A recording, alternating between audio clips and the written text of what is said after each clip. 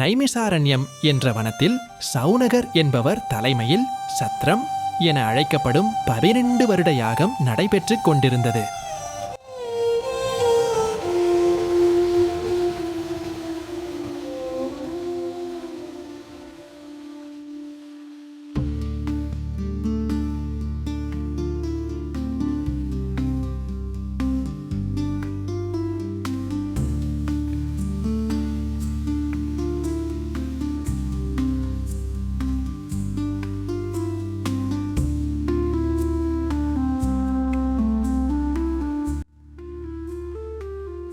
அங்கு சௌதி என அனைவராலும் அறியப்பட்ட உக்ரசிரவன் வந்தார்.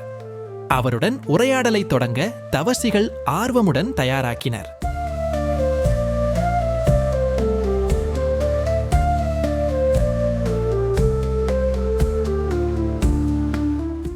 சௌதியே, வருக வருக. தங்களது பயண களைப்பு நீங்கியதா? பௌராணிகரான உங்கள் யாத்ரீக அனுபவங்களை கூறும். நாங்கள் மிகுந்த ஆர்வமாக உள்ளோம். உங்களுடைய உற்சாகம் எனக்கும் தொற்றிக்கொண்டது தவசியே. மகாராஜா பரீட்சத்தின் மகனான ஜனமெஜயன் 12 வருடங்கள் நடத்திய சத்ரம் எனும் யாகத்தில் வியாசரின் சீடரான வைசம்பாயனர் உரைத்த முழு பாரதத்தையும் கேட்ட நான் அதில் வரும் பல புண்ணிய ஆலயங்களையும் தீர்த்த கரைகளையும் கண்டேன். பின் பாண்டவர்கள், கௌரவர்கள் மற்றும் எண்ணற்ற மகா அரசர்கள் களமாடிய சமந்த பஞ்சகத்தில் இருந்து நான் அறிந்து கொண்ட பாரதத்தை முழுமையாக உரைத்திட உங்களை காண நைமிசாரண்யம் வந்துள்ளேன். யோகிகளே, பாரதத்தை முழுமையாக கூறவா அல்லது சுருக்கமாக கூறவா தாங்கள் விரும்புவது யாதோ? பௌராணிகரான சௌதியே, உரைநடைகளிலேயே சிறப்பு வாய்ந்ததும் மன்னன் வேள்வியில் வியாசரின் சீடரால் உற்சாகமாக உரைக்கப்பட்டது போல் முழுமையாக கூறுங்கள்.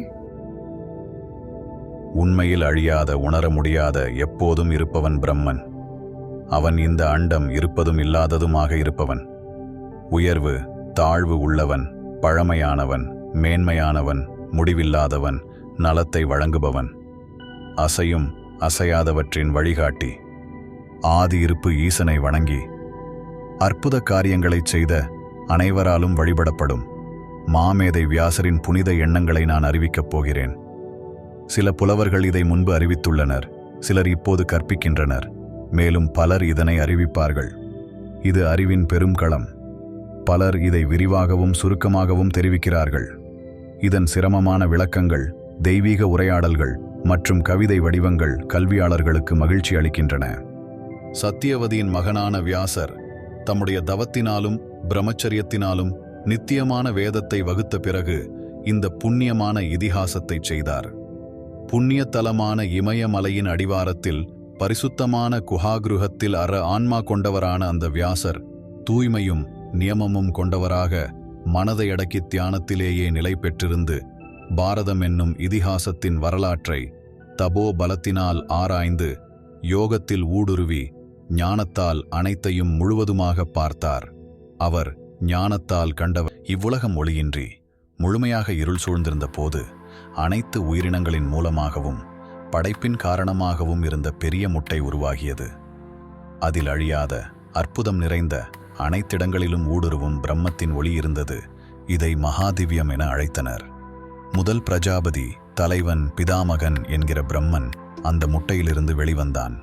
சுக்ராச்சாரியார் மற்றும் ஸ்தானுவும் அவனுடன் வந்தனர். பிறகு மனு, வசிஷ்டர், பரமேஷ்டி, 10 பிரசேதர்கள், தக்ஷன் மற்றும் தக்ஷனின் 7 மகன்களும் தோன்றினர்.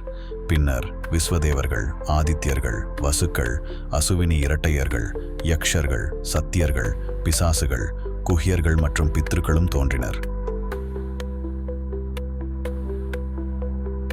அதன் பிறகு ஒவ்வொரு உன்னத குணத்தாலும் புகழ்பெற்ற பிரம்ம ரிஷிகள் மற்றும் புனிதமான ராஜ ரிஷிகள் படைக்கப்பட்டனர். அதன்போல் நீர், சொர்க்கம், பூமி, காற்று, வானம், திசைகள், வருடங்கள், பருவங்கள், மாதங்கள், பக்ஷங்கள், இரவு மற்றும் பகல் ஆகியன ஒருவருக்கு பின்பு மற்றொன்று முறையாக படைக்கப்பட்டன.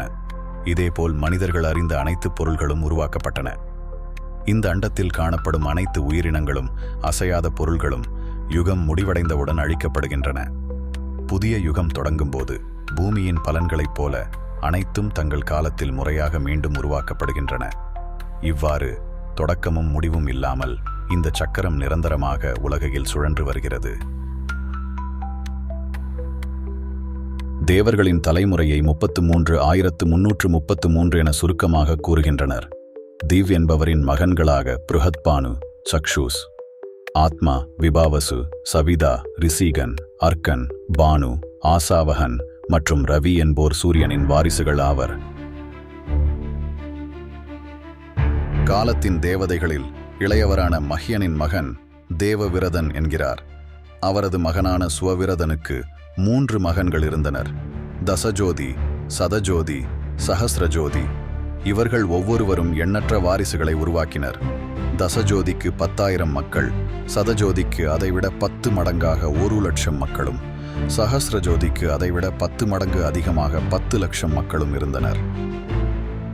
இவர்களிடமிருந்து குருக்கள், யதுக்கள், பாரதர்கள், யயாதியின் குடும்பத்தினர், இக்ஷவாகுவின் குடும்பத்தினர் மற்றும் அரச மந்திரிகள் வந்தனர். இவர்கள் மூலம் எண்ணற்ற தலைமுறைகளும் உயிரினங்களும் அவற்றின் வசிப்பிடங்களும் உருவாகின. வேதங்கள், யோகம், அறிவியல், தர்மம், அறம், அர்த்தம், பொருள், காமம், இன்பம் போன்றவற்றையும், மனிதர்களின் நடத்தை விதிகளையும், சுருதிகள் மற்றும் உலக நடையின் ஒழுங்குமாகிய அனைத்தையும் வியாசர் கண்டார்.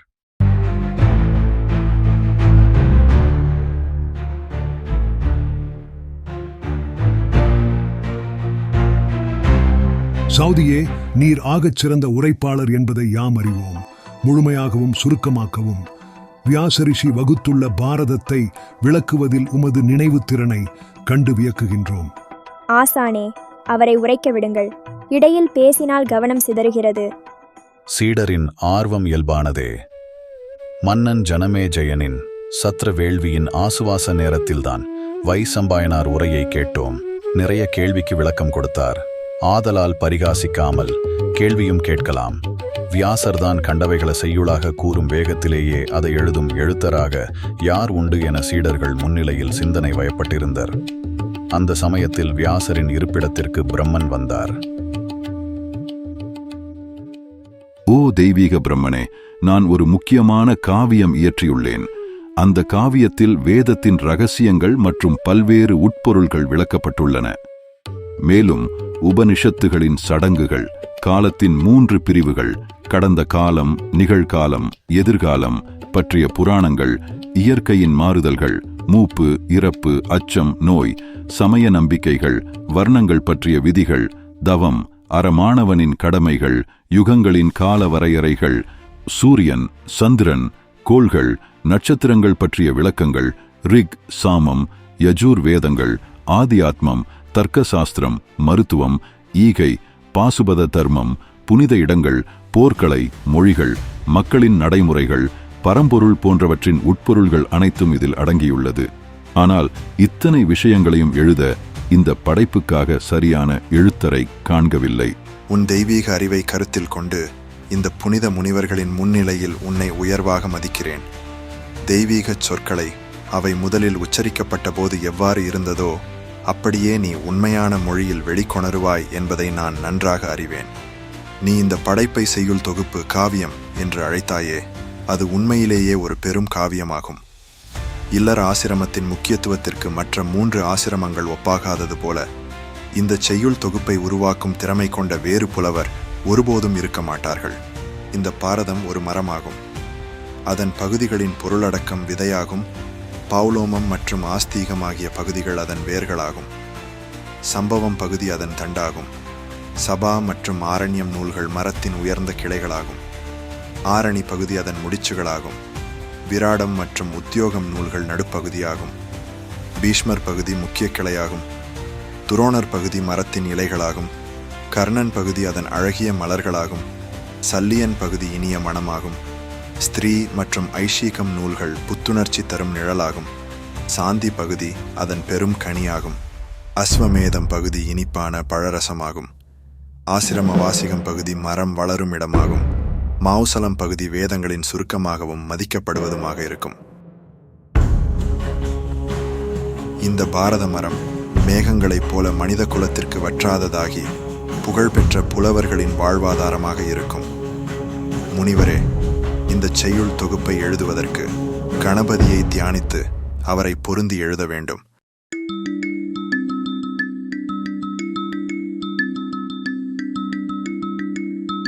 வியாசரும் தியானித்ததும் கணங்களின் நாயகன் கணேசன் வந்தான்.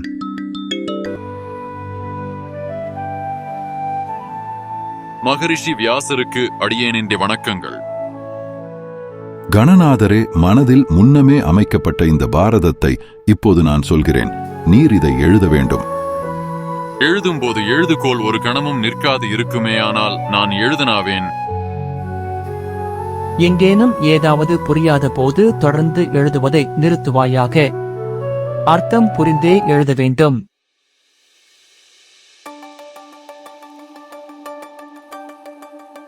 அந்த ஸ்லோகங்கள் கடினமானவை, புதிராகவும் உள்ளன. இதுவரை யாராலும் முழுமையாக புரிந்து கொள்ளப்படவில்லை. கணேசனுக்கே அதை கருத்தில் கொள்ள ஒரு கணம் பிடித்தது. ஆனால் அதே சமயத்தில் வியாசர் தொடர்ந்து அடுத்த செய்யுள்களை நுட்பமாக இயற்றினார்.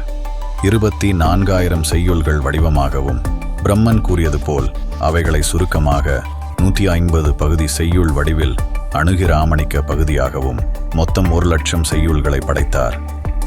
அந்த செய்யுள்களை வியாசரின் மகன் சுகர் ஒருவேளை சஞ்சயனும் அறிந்திருக்கலாம்.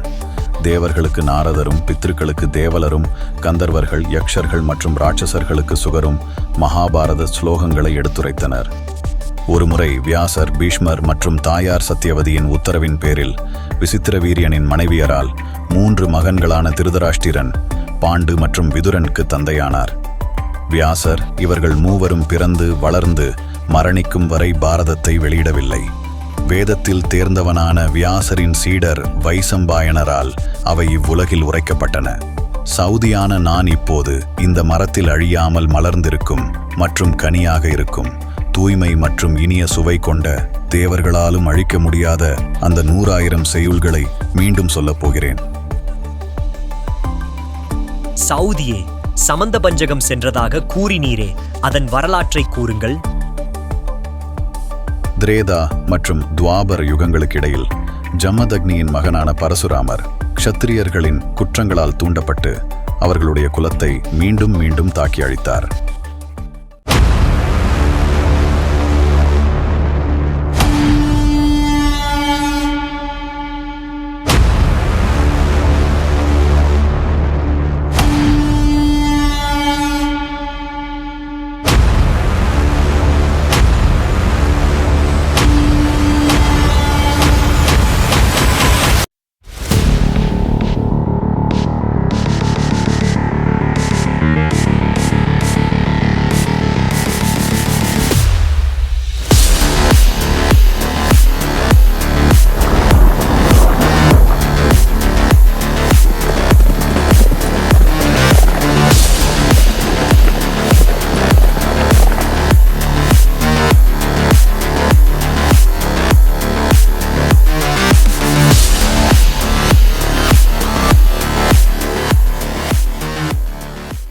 அவர் க்ஷத்திரியர்களின் மொத்த இனத்தையும் அழித்து 5 குருதி நிறைந்த தடாகங்களை உருவாக்கினார்.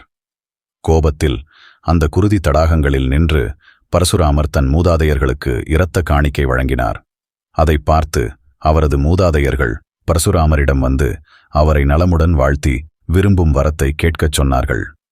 பரசுராமர் க்ஷத்திரியர்களை அழித்ததனால் ஏற்பட்ட பாவங்கள் நீங்கி அவர் உருவாக்கிய குருதி தடாகங்கள் புனித இடங்களாக புகழ் பெற வேண்டும் என்று வரம் கேட்டு பெற்றார். அப்போது அந்த பகுதி சமந்த பஞ்சகம் என்று அழைக்கப்பட்டது.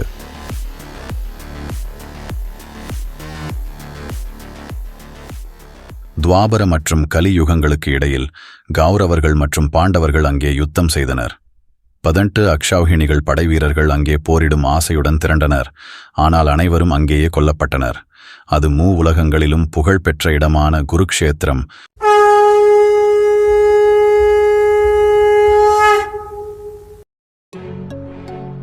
உக்கிரசிரவனான சவுதியே, உமது உரையால் நாங்கள் மெய்சிலிர்ப்பை உணர்ந்தோம். அதென்ன 18 அக்ஷணிகள்? அவை பற்றி கூறும். ஒரு பட்டியை உருவாக்கும் படை ஒழுங்கில் ஒரு தேர், ஒரு யானை, 5 காலாட்படை வீரர்கள் மற்றும் 3 குதிரைகள் இருக்கின்றன. 3 பட்டிகள் சேர்ந்து ஒரு சேனாமுகமாகும். 3 சேனாமுகங்கள் இணைந்து ஒரு குல்மமாக்கப்படும். அதேபோல் 3 குல்மங்கள் சேர்ந்து ஒரு கணமாகும். 3 கணங்கள் ஒரு வாகினியாகும். 3 வாகினிகள் இணைந்து ஒரு பிருதனையாகும். 3 பிருதனைகள் ஒரு சமூகத்தை உருவாக்குகின்றன. 3 சமுக்கள் இணைந்து ஒரு அநீகினி ஆகும். 10 மடங்காக அதிகரிக்கும் அநீகினியானது ஒரு அக்ஷாவுகினி எனப்படும். ஒரு அக்ஷாவுகினியில் 21,000 சொச்சம் தேர்கள், 21,870 யானைகள், 1,09,000 காலாட்படை வீரர்கள் மற்றும் 65,000 குதிரைகள் உள்ளன. இதனையும் பயன்படுத்தி கௌரவர்களின் படை மற்றும் பாண்டவர்கள் படை ஆகியவற்றில் மொத்தம் 18 அக்ஷாவுகினிகள் இருந்தன. இந்த வரிசைகளில் பீஷ்மர் 10 நாட்கள் போரிட்டார். துரோணர் 5 நாட்கள், கர்ணன் 2 நாட்கள், சல்லியன் அரை நாள் போராடினார்கள். இறுதியில் பீமன் மற்றும் துரியோதனன் இடையே கதாயுதத்தில் கலாபம் மோதல் நடந்தது. அந்த இரவு அஸ்வத்தாமான், கிருபர் போன்றோர் யுதிஷ்டிரனின் படையை நசுக்கியனர். ஆஹா ஆஹா, அற்புதமாக விவரித்தீர். அக்ஷினிகளின் பிரம்மாண்ட எண்ணிக்கை வியப்பை தருகிறது. செவிக்கு விருந்தளித்தீர். வாரும், உணவுண்டு வருவோம். அனுக்கிரமாணிக்க பகுதி தொடர்ச்சியில் வருபவை. 18 பருவங்களின் சிறு குறிப்புகளும் திருத்தராஷ்டிரன் சஞ்சயனிடம் புலம்புவது. அதன் பின் வருவது பௌஷ்ய பகுதி. பௌஷ்ய பகுதியில் சந்திப்போம். ஆதரிப்பீர். ஓம் 8 சேனல்.